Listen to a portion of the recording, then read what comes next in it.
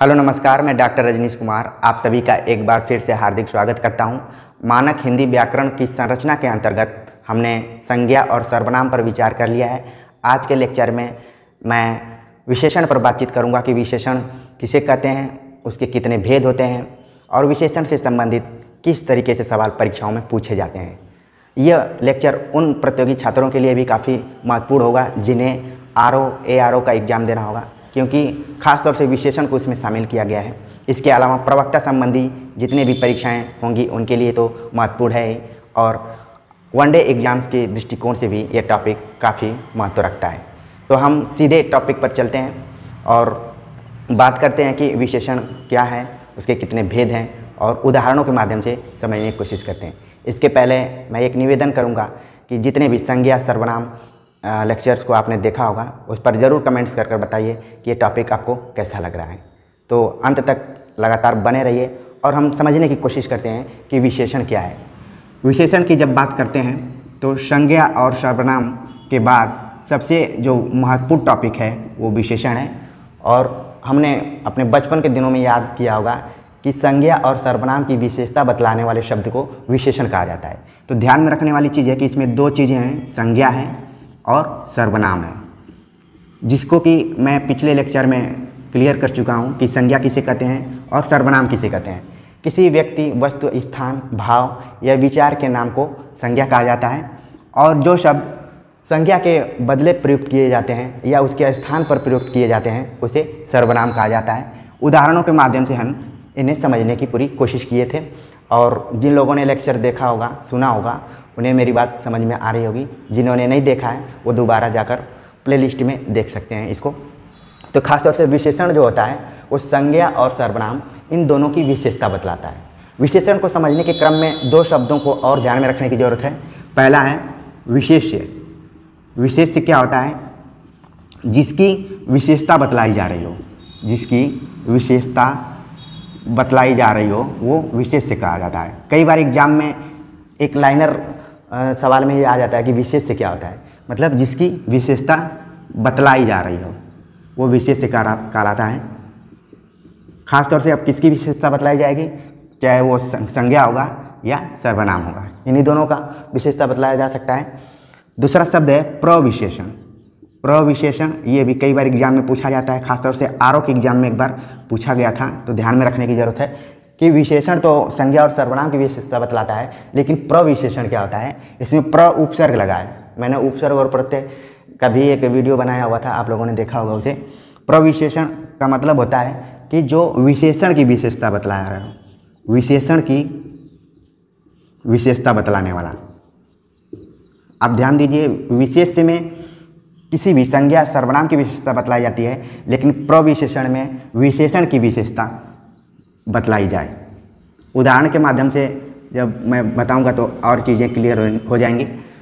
मैंने लिखा काला घोड़ा, ठीक है, एग्जाम्पल के लिए काला घोड़ा।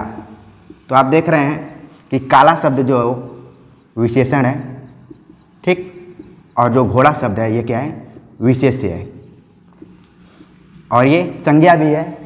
तो आप समझ में आ गया होगा कि विशेषण कौन सा है और विशेष्य कौन सा है।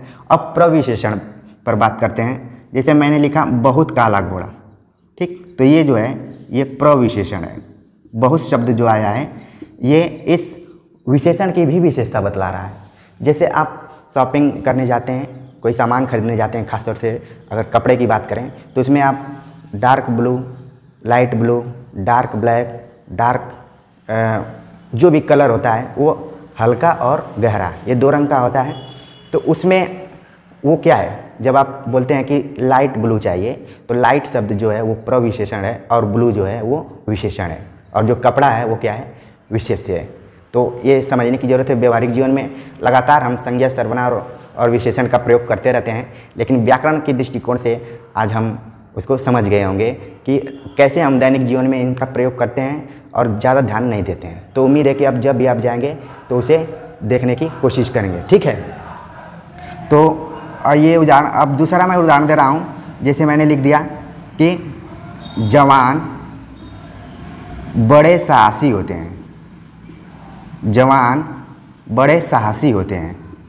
ये उन जवानों की बात की जा रही है जो बॉर्डर पे होते हैं, जो देश की रक्षा करते हैं। तो जवान यहाँ पर क्या हो गए, संज्ञा हो गए, मतलब जातिवाचक संज्ञा हो गया। और बड़े साहसी, बड़े शब्द जो है प्रविशेषण है और साहसी क्या है, विशेषण है। ठीक है, तो जवान की विशेषता बतलाई जा रही है कि वो तो साहसी होते हैं, लेकिन जब बड़े शब्द लग गया है तो वो प्रविशेषण हो गया है। तो अब तीनों शब्द आपको समझ में आ गए होंगे कि विशेषण क्या है, विशेष्य क्या है और प्रविशेषण क्या है। जब भी परीक्षा में इससे संबंधित सवाल आएगा, खासतौर से आजकल परीक्षाएं पेपर ऐसे बन रहे हैं कि कई बार पारिभाषिक शब्दों को ही लिख दिया जाता है वाक्य में और पूछ लिया जाता है कि आप क्लियर हैं कि नहीं। ठीक है, तो ध्यान में रखिए। अब हम बात करते हैं कि जो विशेषण है उसके कुल कितने भेद हैं। विशेषण के 4 भेद बतलाए गए हैं व्याकरण की किताबों में। तो हम देखते हैं कि कौन कौन से भेद हैं। भेदों की बात की जाए तो 4 भेद हैं। ठीक, कई बार सवाल पूछा जाता है कितने भेद हैं, विकल्प में दे देगा 3, 4, 5, 6, तो आपका आंसर जो होगा वो 4 होगा। तो पहला विशेषण जो है वो है सार्वनामिक विशेषण। इस पर थोड़ा सा ध्यान देने वाली बात है। सार्वनामिक विशेषण क्या है? ऐसा विशेषण जो कि पुरुषवाचक सर्वनाम, जो कि पिछले लेक्चर में मैंने बतला दिया है कि आप समझ में आ गया होगा। 3 पुरुषों की बात किया था, तो पुरुषवाचक सर्वनाम और निजवाचक सर्वनाम, इन दोनों को छोड़कर, ध्यान रखने वाली बात यही है, इन दोनों को छोड़कर अन्य जितने भी अन्य सर्वनाम संज्ञा के पहले प्रयुक्त होते हैं, उन्हें सार्वनामिक विशेषण कहा जाता है। जैसे मैं उदाहरण के लिए आपको एक उदाहरण देकर बता रहा हूँ। मैंने लिखा वह नौकर नहीं आया। ठीक है, वह नौकर नहीं आया। अब इसमें वह शब्द जो है वो सार्वनामिक विशेषण है। ठीक है, दूसरा अगर मैं उदाहरण दूं, यह घोड़ा अच्छा है। यह घोड़ा अच्छा है। ठीक, तो यह शब्द जो है ये सार्वनामिक विशेषण के अंतर्गत आएगा। तो ध्यान में रखने की जरूरत है वह और यह, और ये भी चीज़ ध्यान में रखने की जरूरत है कि पुरुषवाचक सर्वनाम और निजवाचक सर्वनाम, निज में जिसमें कि अपने, आप, अपने लिए, अपने से, अपना, ये शब्द आ रहे थे तो निजवाचक सर्वनाम के अंतर्गत था। ठीक है, तो उनको छोड़कर अन्य सर्वनाम आए। आप जान रहे हैं कि वो शब्द जो है वो अन्य में आता है, यह भी अन्य में आता है, और वो संज्ञा के पहले आए तो वो क्या कहलाएगा? सार्वनामिक विशेषण कहलाएगा। तो आप देख रहे हैं संज्ञा के पहले आ रहा है। ठीक है, तो ये चीज़ें क्लियर हो गई होंगी कि सार्वनामिक विशेषण क्या है। आप किताबों में पढ़ते हैं, कई बार चीज़ें नहीं समझ में आती हैं, उम्मीद है कि यहाँ पर समझ में आ गया होगा। अब दूसरा हम देखते हैं कि कौन सा है। दूसरा विशेषण है गुणवाचक विशेषण। गुणवाचक, इसके नाम में ही छिपा हुआ है कि ऐसा विशेषण जिसमें गुण की प्रधानता हो। गुण मतलब जिसमें कि रंग, आकार, काल, ठीक है, काल हो गया। इसके अलावा इसमें बात की जाती है स्वभाव की।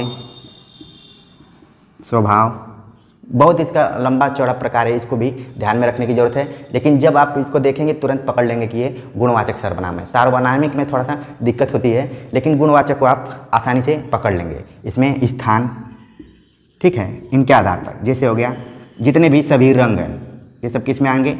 गुणवाचक सर्वनाम में।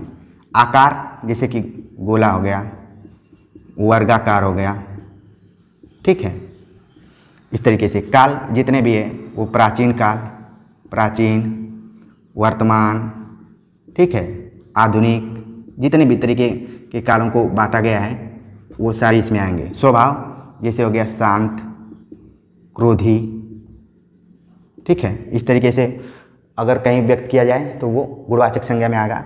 स्थान, स्थान में जैसे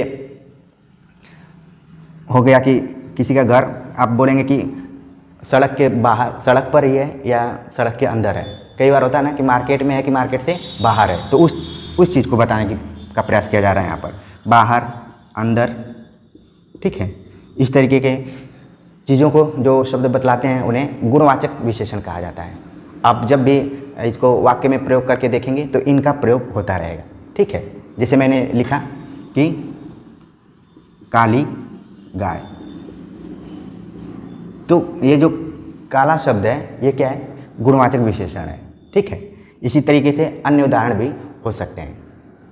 तो उम्मीद है कि ये गुणवाचक भी समझ में आ गया होगा। अब तीसरा हम देखते हैं, जो कौन सा विशेषण है, तीसरा विशेषण है वो है संख्यावाचक, संख्यावाचक विशेषण, संख्यावाचक।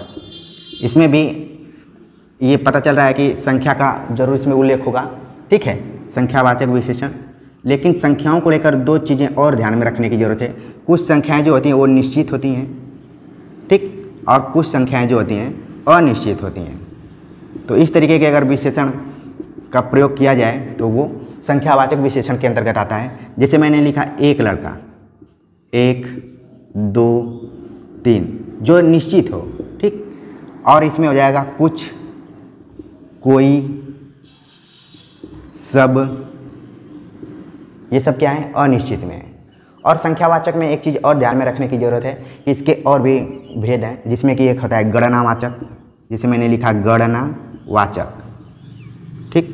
तो इसमें संख्या आएगी 1 2 3 4। क्रमवाचक, क्रमवाचक, इसमें क्या आएगा, पहला, दूसरा, तीसरा, इसी तरीके से आगे बढ़ता जाएगा, ठीक है। ये तो एक क्रमवाचक में आ गया। इसके बाद हम देखें आवृत्तिवाचक, आवृत्तिवाचक, ठीक है। आवृत्तिवाचक में दुगुना, तिगुना, 5 गुना, ये क्या हो गया, आवृत्ति में आ जाएगा, ठीक है। इसके अलावा हम देखते हैं समुदायवाचक, समुदायवाचक, समुदायवाचक में क्या होगा, दोनों, तीनों, चारों, ये समुदायवाचक विशेषण के अंतर्गत आते हैं। तो हमने देखा कि संख्यावाचक विशेषण के अंतर्गत निश्चित अनिश्चित विशेषण भी हैं, जिसमें कि मैंने बताया 1 2 3, ये निश्चित संख्या की तरफ बताता है। अनिश्चित में निश्चित नहीं रहता है, जैसे बोल देगा कि कुछ का प्रयोग वहाँ पर हो जाएगा, कहीं पर कोई का प्रयोग होगा, कहीं पर सब का प्रयोग होगा। इनके अंतर्गत मैंने बताया कि गणनावाचक, क्रमवाचक, आवृत्तिवाचक और समुदायवाचक शब्दों का प्रयोग होता है, जिनका मैंने उदाहरण भी बताया। जैसे अगर कोई क्लास में बैठा है तो कई बार टीचर्स बोलते हैं कि पहली लाइन में तीसरा लड़का, तो जो तीसरा शब्द प्रयोग हो रहा है वो यहाँ पर क्रमवाचक विशेषण के अंतर्गत आ रहा है, ठीक है। या फिर बोले कोई कहेगा कि मेरे क्लास में 5 बच्चे हैं, तो ये जो 5 है वो क्या है, गणनावाचक विशेषण के अंतर्गत आ रहा है। और ये सब संख्यावाची विशेषण के एक तरीके से प्रकार हैं। तो उम्मीद है कि इस तरीके से अगर सवाल आएगा, पहला दूसरा कहीं लिखा हुआ है, दुगुना तिगुना लिखा हुआ है, या फिर दोनों तीनों लिखा हुआ है, तो आप तुरंत समझ जाएंगे कि ये संख्यावाचक विशेषण के अंतर्गत आएगा, ठीक है। अगला हम देखते हैं चौथा विशेषण, जो कि है परिमाणवाचक विशेषण। संख्यावाचक और परिमाण, इन दोनों में बहुत ज़्यादा अंतर नहीं होता है, बस ध्यान देने की ज़रूरत है कि कहाँ पर संख्यावाची प्रयुक्त होता है और कहाँ पर परिमाण। ध्यान में रखने की ज़रूरत है कि कई बार इस जल्दीबाजी में इसको परिणाम लिख दिया जाता है, लेकिन परिमाणवाचक, परिमाण माने भी होता है नाप तौल, नाप तौल, ठीक है, या फिर मापन। तो इसमें क्या होता है, कुछ जो तरल पदार्थ होते हैं उनको ध्यान में रखने की ज़रूरत है, उस ज़्यादातर ये आते हैं इसमें, ठीक है, परिमाणवाचक विशेषण के अंतर्गत। जैसे मैंने लिखा कि कुछ लीटर पानी चाहिए, इसमें भी संख्यावाचक विशेषण के तरह ही निश्चित अनिश्चित संख्याएं आती हैं, तो उनको भी ध्यान में रखने की ज़रूरत है, ठीक है। निश्चित और अनिश्चित संख्याएं आती हैं।